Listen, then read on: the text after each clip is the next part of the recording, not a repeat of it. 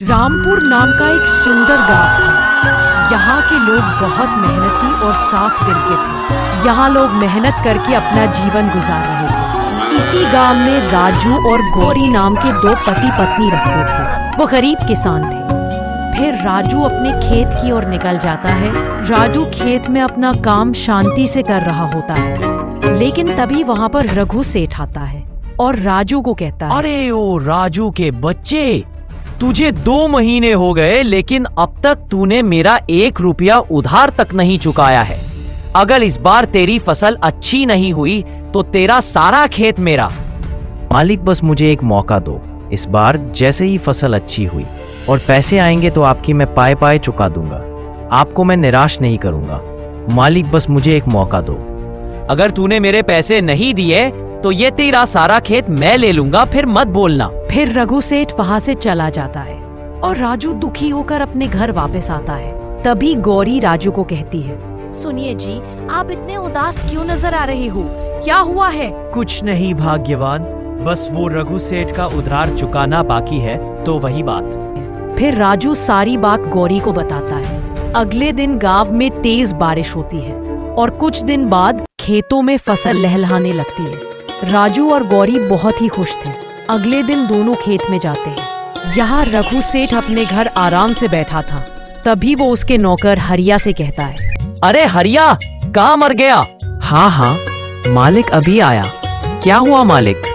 अरे हरिया, मैंने सुना है गांव में सबसे अच्छी फसल उस राजू की है इस वक्त। क्या ये सच बात है?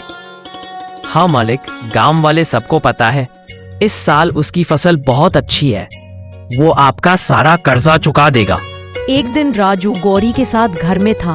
तभी हरिया वहाँ पर आता है और कहता है, सुनो राजू, तुम्हें मालिक ने अभी के अभी घर पे बुलाया है, चल जल्दी।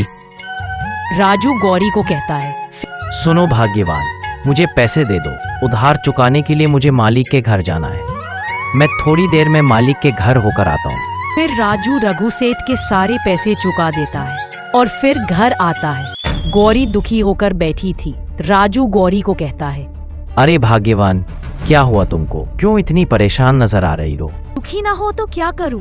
सारे पैसे उधारी में चले गए। अब हम अपना गुजारा कैसे करेंगे?